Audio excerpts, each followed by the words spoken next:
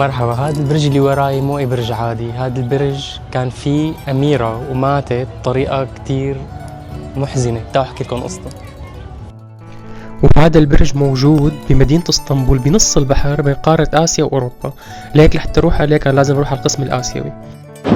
وأنا هون حاليا بالنص بين قارتين آسيا وأوروبا، وراي أوروبا وهالجهة هلأ رايحين على قارة آسيا.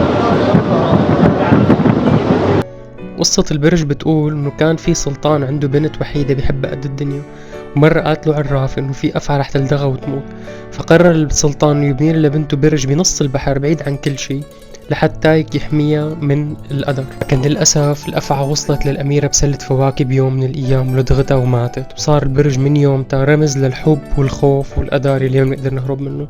سمعانين بهالقصة من قبل خبروني بالتعليقات، وزرتوا البرج من قبل؟ تابعوني لحتى فرجيكم قصص أحلى من هيك.